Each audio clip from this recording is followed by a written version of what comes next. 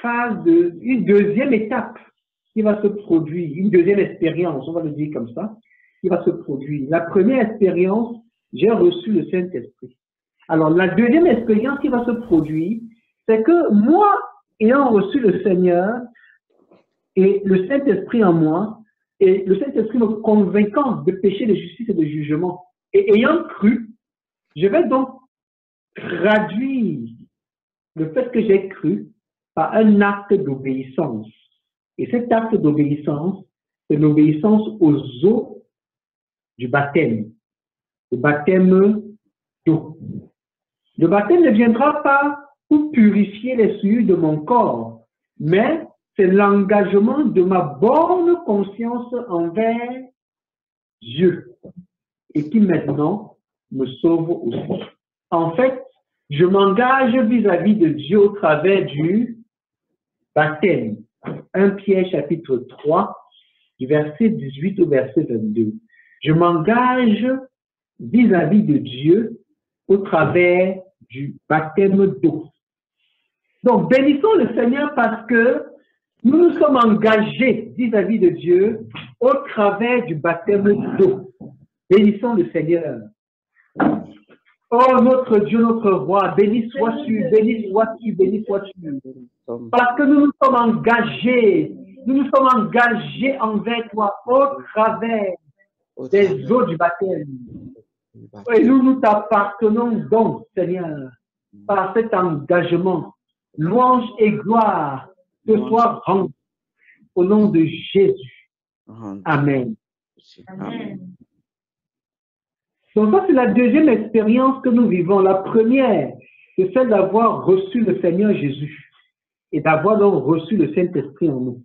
La deuxième expérience, c'est celle donc d'obéir aux eaux du baptême, à la parole en étant baptisé d'eau. Maintenant, quand on est baptisé d'eau, ce n'est pas forcément dans cet ordre-là, il y a une autre expérience qu'on est appelé à vivre. Cette expérience-là, c'est l'expérience du baptême dans le Saint-Esprit. De même que lorsqu'on est baptisé d'eau, on est immergé de l'eau. Quand on est baptisé du Saint-Esprit, on est également immergé du Saint-Esprit. Alors, supposons que notre individu-là, il a donc reçu le Seigneur et il n'a pas enlevé tous les péchés dans sa vie. Il a, par exemple, encore les faux papiers. Il a cru, il a décidé de mettre sa vie en règle. Mais, il vit en France et il est venu en France par des voies frauduleuses. Il a changé son nom, son identité porte encore cet ancien nom-là. Mais il a décidé de marcher avec le Seigneur. Il s'est repenti. Il a invité Jésus dans sa vie pour recevoir le Seigneur comme Seigneur et Sauveur personnel. Il a confessé qu'il avait les faux papiers. Mais pour l'instant, les faux papiers sont encore sur lui. Il n'a pas encore eu le temps de faire les démarches qu'il faut. Et il a dit qu'il va se baptiser. Mais il n'a pas encore eu le temps de faire toutes les démarches. Il a reçu le baptême d'eau. C'est en cela qu'on se rend compte de la grâce de Dieu. La grâce de Dieu n'est pas un mérite.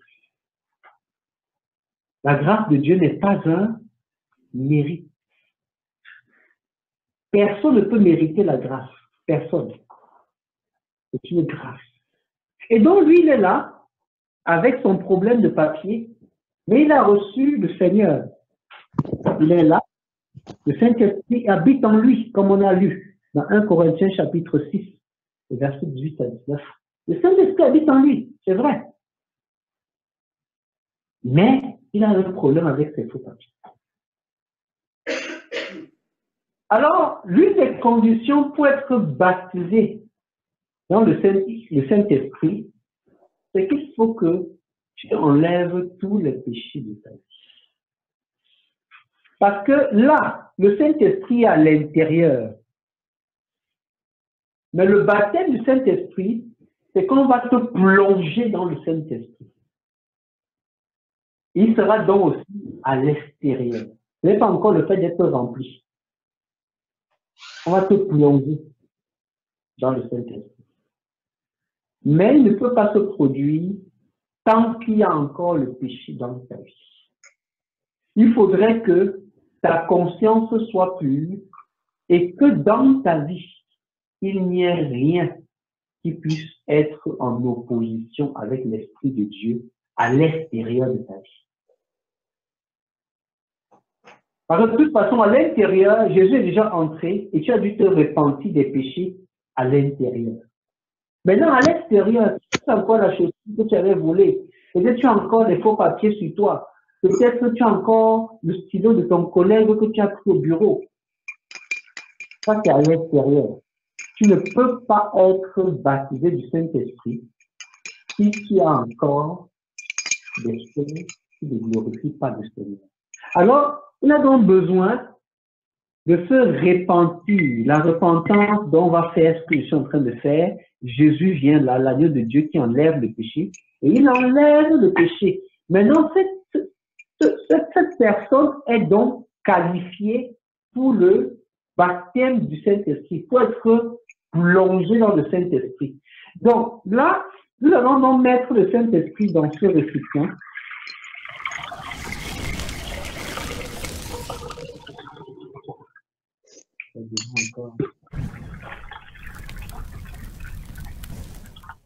Là, voilà l'environnement du Saint-Esprit. Et cet individu vient, on le plonge dans le Saint-Esprit. Qu'est-ce qui s'est produit?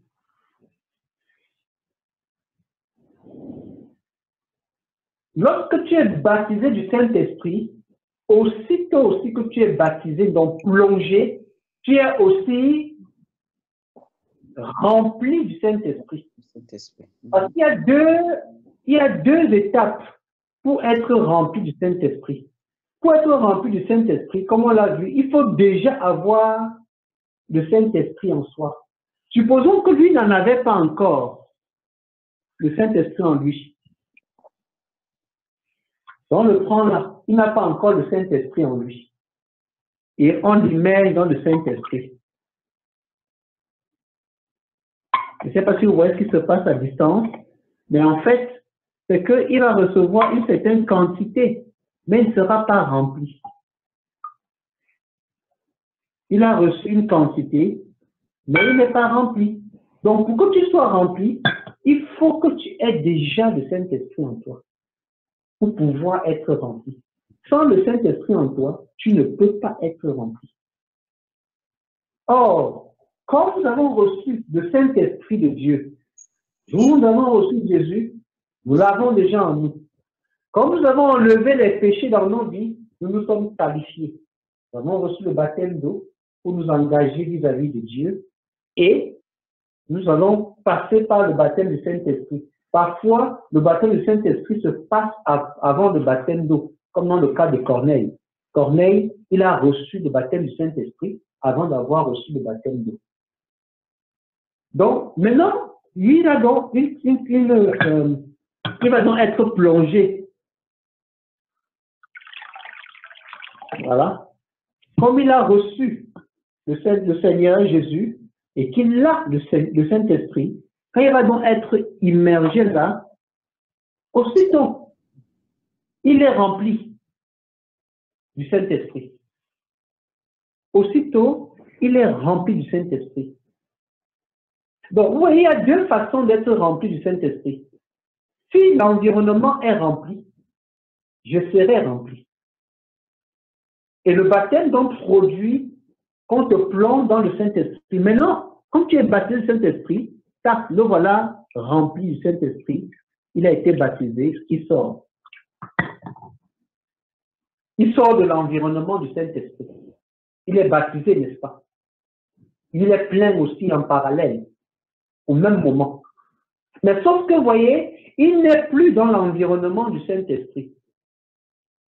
Mais pourtant, il est baptisé du Saint-Esprit et rempli même d'ailleurs du Saint-Esprit. Alors, lui, il est donc rempli du Saint-Esprit, il commence à servir. Et quand il sert, forcément, il se vide. Au fur et à mesure qu'il sert, il se vide. et la quantité du Saint-Esprit diminue. D'accord? Il était rempli. Il s'est mis à servir et la quantité du Saint-Esprit qu'il avait a diminué. Elle a diminué. Il a donc besoin à nouveau d'être rempli du Saint-Esprit.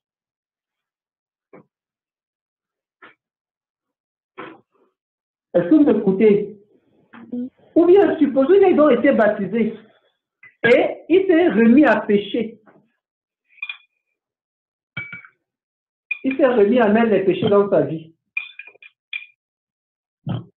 En mettant les péchés dans sa vie, ça diminue forcément la quantité du Saint-Esprit. On va le refaire pour que vous le voyez bien. Donc, j'enlève par Jésus-Christ, l'agneau de Dieu qui enlève les péchés.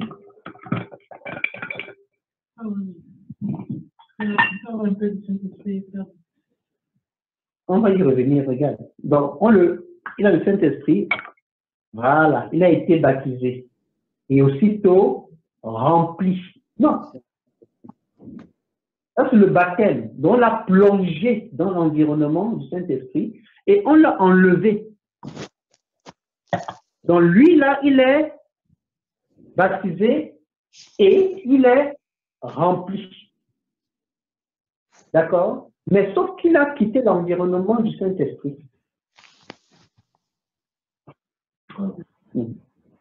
Sauf qu'il a quitté l'environnement du Saint-Esprit.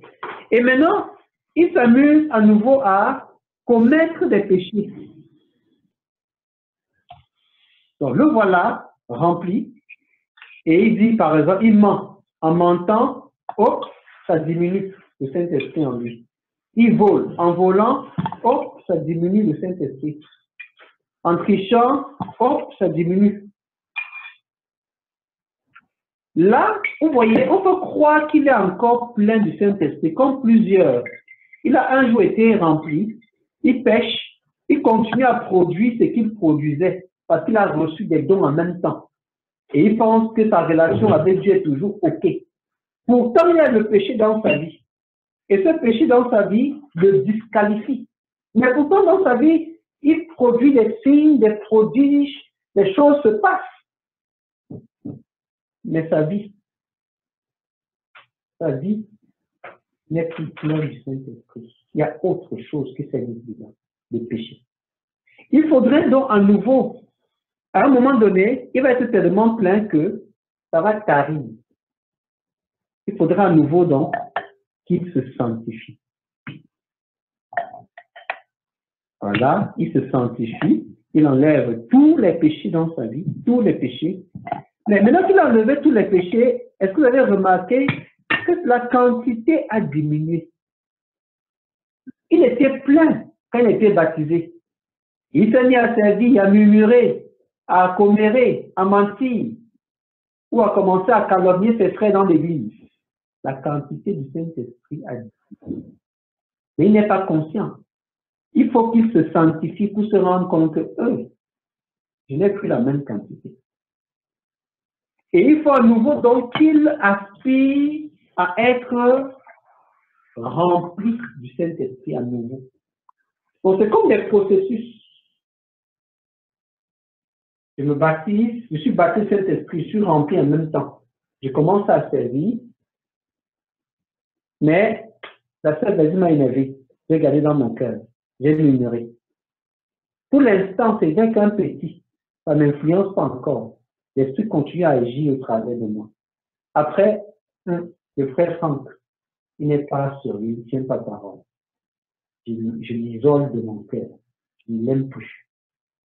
Ça rentre. Et à force, ça finit par neutraliser la présence. Il y a plus de péché que du Saint-Esprit. Le Saint-Esprit ne fonctionne plus. Il est neutralisé. Il faut que je me sanctifie en moi. Je me purifie. Quand je me purifie, je me rends donc compte que ma quantité que j'avais au départ diminue. Il faut que j'aspire à nouveau à être rempli. Donc, il faut que, à nouveau, j'aille au remplissage dans l'environnement du Saint-Esprit. Voilà l'environnement du Saint-Esprit.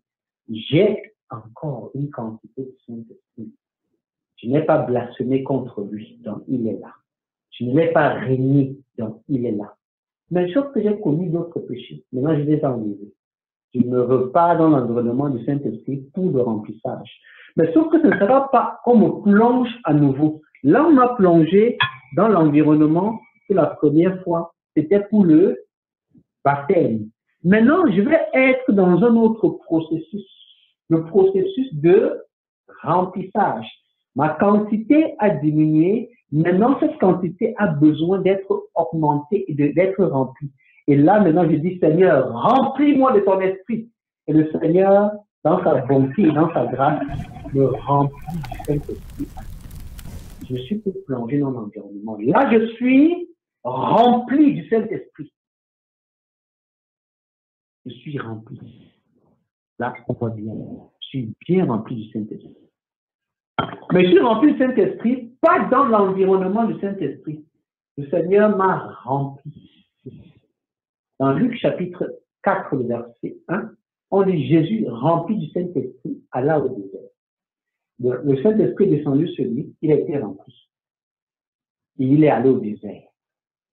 Le désert, c'est un environnement sans le Saint-Esprit. Il est en toi. Donc tu cries au Seigneur. Oh Seigneur, remplis-moi, remplis-moi. Le Seigneur donc te remplit. D'accord? Maintenant tu es rempli. Ça c'est très bien. Tu peux encore reprendre le circuit. Donc, tu vas encore, cette fois-ci c'est la sœur Elisabeth qui ne te plaît pas, qui t'a mal parlé, et hop, tu as fait des problèmes, tu as gardé dans ton cœur. Et ça diminue encore la quantité. Mais maintenant, tu as décidé que non, ta quantité ne va plus diminuer. Il faut que tu maintiennes cet état de remplissage du Saint-Esprit. Pour que tu maintiennes cet état de remplissage du Saint-Esprit, tu dois donc être permanemment dans un processus de repentance quotidien, quasi quotidien. Et chaque fois que tu te lèves et que tu passes ta journée, tu alignes les repentances. Et les rencontres dynamiques quotidiennes avec Dieu permettent donc et t'aident à maintenir cet état. Parce que si tu as péché et que tu vas aller rencontrer Dieu, quand tu vas dire bonjour Seigneur, tu vas croiser les bras pour te dire, mais quand tu es fâché contre moi, il ça m'énerve. Comment tu peux venir ici avec ça? Tu dis, wow! Et tu enlèves. Et ta relation continue. Mais si tu ne vas pas voir Dieu, tu peux donc passer un jour, 2 jours, avec un péché. Parce que le frère t'a énervé, le pasteur a mal parlé sur toi, il a prêché contre toi, c'est pas sérieux. Lui, c'est l'inspiration, c'est seulement contre moi ici. Il prêche sur ma vie. Et du coup, ça t'a blessé. Mais quand tu n'es pas allé voir Dieu, et que Dieu n'a pas, Dieu ne t'a pas vu aussi, on va dire comme ça, ta blessure est là. Et ton cœur a été flétri. Le Saint-Esprit est aussi attristé. Et sa quantité a été. Donc, pour maintenir l'état du remplissage, nous avons besoin de rencontres quotidiennes avec Dieu pour maintenir le fait d'être rempli. Maintenant, il arrive une autre chose, une autre expérience après le remplissage. Vous voyez, il est rempli. Si j'ajoute encore un peu, il va déborder. Donc, il commence à couler. Mais là, qu'est-ce qui se passe? Le Saint-Esprit en moi sort pour être sur moi. Le Saint-Esprit, il est en moi. Comme je suis rempli et je garde l'état de remplissage, il plaît donc au Seigneur à nouveau d'ajouter. Mais comme il ajoute et je suis déjà rempli, ça va couler sur moi. Et quand ça va couler sur moi, on va commencer à dire le frère Franck est loin. Parce qu'il y a quelque chose sur lui désormais. C'est-à-dire, si je touche le frère Franck, je vais toucher l'onction qu'il y a sur lui. Si le frère Franck touche quelqu'un, il va communiquer l'onction qu'il a sur lui. Le foulard, par exemple, le mouchoir, hein, de Paul. Tac, en occupant, met sur quelqu'un comme ça, il est guéri. Parce que l'onction sur Paul a imbibé le mouchoir, et quand on prend ça, on met, tac, tu es guéri. Le Seigneur fait comme ça, quand c'est ça livre, il met sur les yeux de l'aveugle. L'onction sur la vie du Seigneur guérit l'aveugle. Pierre passe comme ça. On met les malades. Son ombre touche. Mais là, c'est une autre dimension. Ce n'est plus juste au niveau d'être oint un peu. Là, je suis oint. Quand je suis oint, j'influence les gens avec qui je me frotte. Tu me touches, tu es influencé. Je te touche, tu es influencé. Ne voyez pas ici le toucher forcément physique, mais voyez le toucher ici dans le cadre de la proximité. Je suis proche de mes amis, mais j'influence mes amis. J'influence mon époux, mon mari, nos enfants. Je les influence parce qu'on est dans la proximité. Et quand je parle de toucher, c'est de ça qu'il s'agit. Il s'agit de la proximité. Mais je ne peux pas influencer tout l'environnement. Pour influencer l'environnement, comme Pierre, quand il parle, l'ombre guérit les malades. Là, c'est autre chose.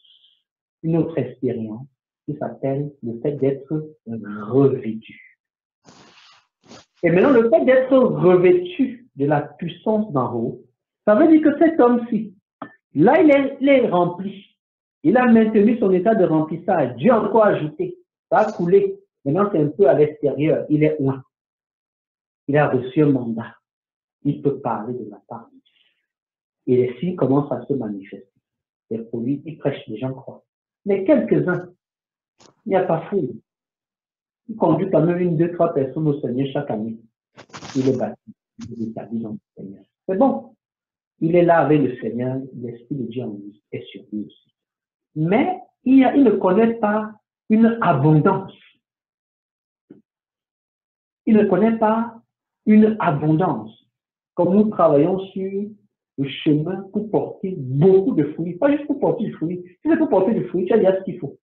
Au bout de l'année, Dieu va te bénir. Il t'accepte de nous déjà béni. Mais pour avoir une abondance de fruits, on a donc besoin d'autre chose, une autre expérience. Cette expérience, donc, ça s'appelle le revêtement de la puissance d'en haut. Parce que celui-ci, il a reçu une source d'eau. L'eau est devenue vive. Et l'eau donc peut couler comme ça jusque dans la vie éternelle, dit le Seigneur. Maintenant, le Seigneur dit ceci, qu'il y a aussi une autre dimension. Ce n'est plus les sources d'eau. C'est les fleuves d'eau vive. C'est toujours de l'eau. Mais la différence est au niveau du courant. La source produit l'eau pour un petit environnement, pour elle. Les fleuves produisent l'eau qui peuvent inonder et toucher même parfois des villes, des pays. La source est dans le petit quartier, au village. Tu vas à la source puiser, comme un puits. Tu es obligé de te déplacer. Mais le fleuve s'écoule. Il lie les quartiers, il lie les villes, il lie même parfois les nations. Et les fleuves courent pour aller se jeter dans les mers. Et la différence, c'est le courant. Et tout ce qui transporte avec lui. Donc, plus de puissance, plus d'aura.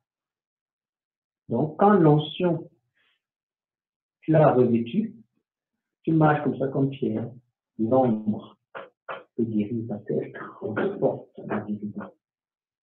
Vous êtes là, un homme de Dieu entre, ça change l'atmosphère, parce qu'il transporte la gloire de Dieu avec lui. Donc, nous sommes en train de travailler à 2 dimensions. 1, pour être rempli. 2, pour être revêtu. Et maintenant. Parce que, vous voyez, moi j'ai expérimenté le fait d'être baptisé. Et je suis sorti dans l'environnement. De servir et de voir les choses qui se produisent. Les gens guérissent, chassent des démons. Waouh! extraordinaire. Mais aussi le péché. En étant en colère, et de voir cette quantité diminuer. D'être à nouveau rempli encore du Saint-Esprit. De marcher comme ça, les gens te suivent en Russie. Ils veulent le Seigneur. Tu dis, ah oui, ça c'est bien. Encore d'être vidé. D'être à nouveau encore rempli. Dans là où je suis en train de parler, là, je suis rempli. D'être encore nouveau rempli. Voir comment le Seigneur est en train d'agir. Alors, je dis, mais comment? Il n'est pas passé ma vie à faire, il y a autre chose. Maintenant, il faut aller au revêtement de la puissance.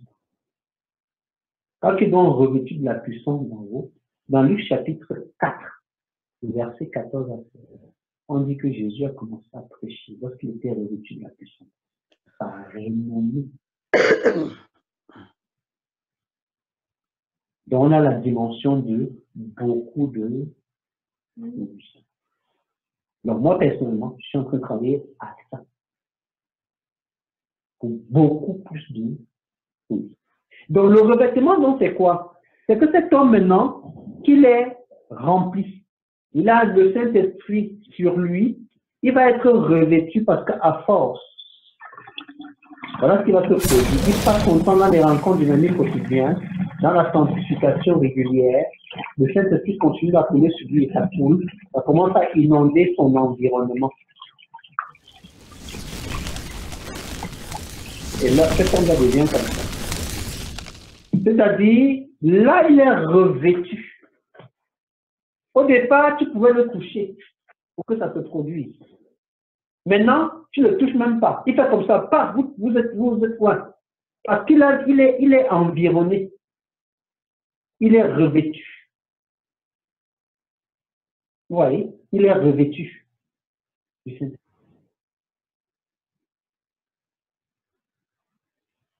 Ça, le revêtement. Mais pareil, comme le remplissage, il faut le maintenir.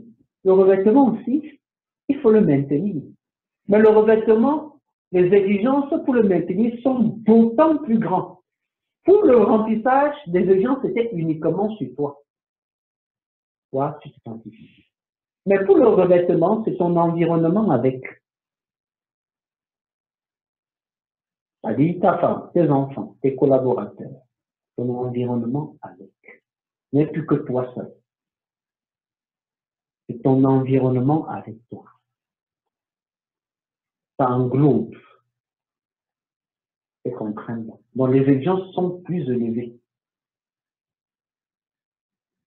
Quand Jésus prêchait, par exemple, Pierre mettait son bateau à disposition, Jésus se mettait dans le bateau, et il prêchait à partir du bateau. Pour deux raisons. Premièrement, les vagues de l'eau amplifiaient sa voix. Et ça permettait que ceux qui étaient à la plage puissent entendre. Donc c'était déjà des systèmes acoustiques très modernes. Si tu te mets sur de l'eau, tu prêches, ta voix, comme c'est une onde, va être transportée par des vagues. Parce que même si l'eau est plate, l'eau n'est jamais calme, il y a toujours des petites vagues qui vont transporter le son et les timbres sur le village. C'est un système d'amplification. Donc Jésus prêchait à partir de là. Donc, premièrement, il faut amplifier. Mais deuxièmement aussi, pour l'environnement. Voilà pourquoi parfois on voulait amener les petits enfants pour que Jésus bénisse les disciples, mais que non, il ne faut pas voir le bâtiment. Non, non, non, non. Et je dis non, laissez les petits enfants venir à moi, parce que le royaume de Dieu est pour ceux qui ont le cœur comme eux, pour l'environnement. Donc c'est étrange que cela puisse être, il y avait aussi un Judas, l'apôtre Judas, dans l'environnement. Mais lorsque le Seigneur avait établi l'alliance, forcément, celui qui n'était pas qualifié est sorti de l'environnement. Et le Seigneur a établi son alliance. Dans l'environnement, quand on est revêtu, comme ce n'est plus que ta sanctification procède. Donc là maintenant, il est revêtu du Saint-Esprit. Il est revêtu du Saint-Esprit. Il y a une autre expérience qui suit. L'expérience qui suit, c'est le baptême de feu. Dans Matthieu chapitre 3, le verset 16, je vais vérifier.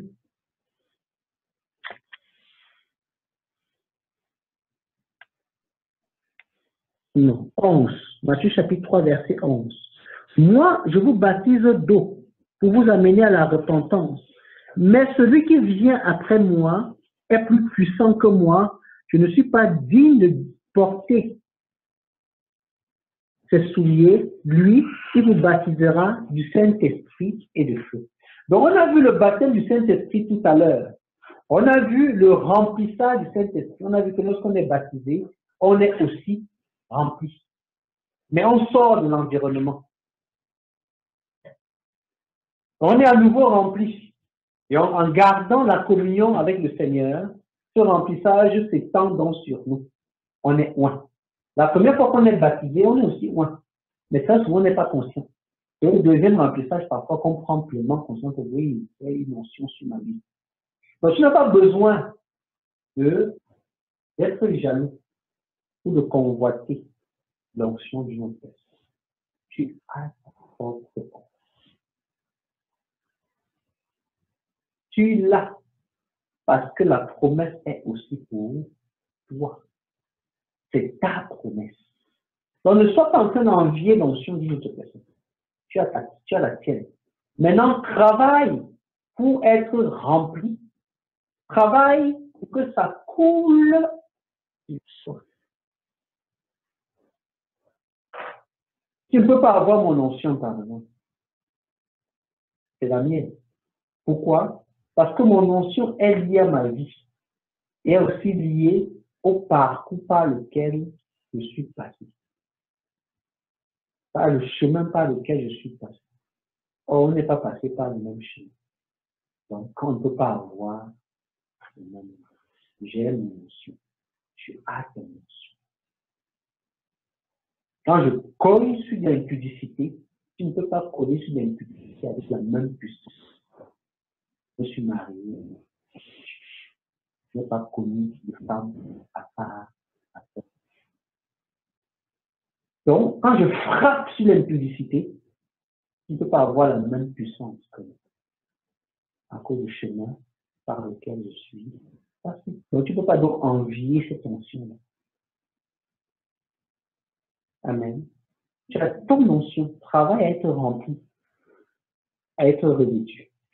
Donc, je suis baptisé, je suis rempli, je suis revêtu, et maintenant le Seigneur baptise aussi de feu. Et là, la particularité du baptême de feu, c'est que chaque fois que le feu passe quelque part, il laisse des traces de manière permanente. C'est-à-dire, si quelqu'un est baptisé de feu, il s'assoit ici, il peut partir. Tu t'assois, tu es guéri, par exemple. Il n'est plus là, tu t'assois, tu es guéri. Parce que le feu, quand il passe quelque part, il laisse les traces. Dommage qu'on ne puisse pas faire l'illustration ici parce que l'espace ne sied pas. On aurait fait la démonstration en faisant comment le baptême de feu se produit. Dans Actes chapitre 2, on le voit très bien. Dans Actes chapitre 2, les disciples, les apôtres, ont été baptisés dans le Saint-Esprit, remplis dans le Saint-Esprit, revêtus de feu.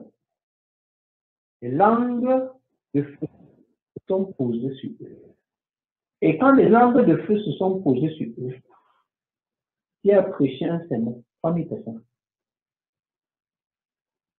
Et on se distingue le revêtement et le baptême de feu.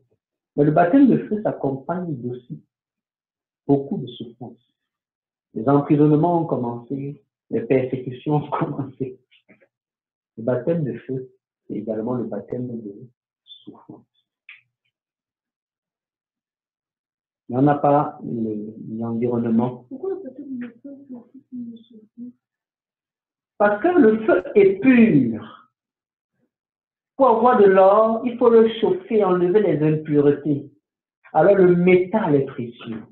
Pour avoir un diamant, il ne faut aucune impureté, parce que le diamant est un cristal.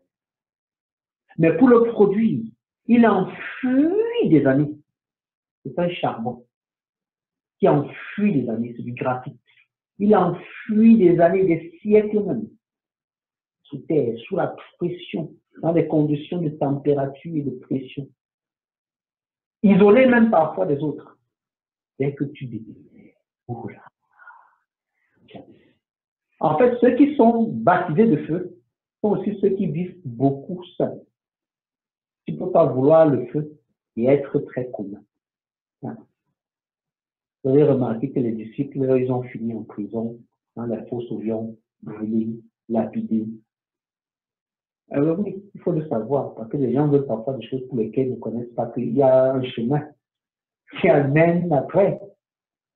Oui, ils ont fini comme ça, guillotinés, dans les prisons isolées, jetés aux lions, lapidés, comme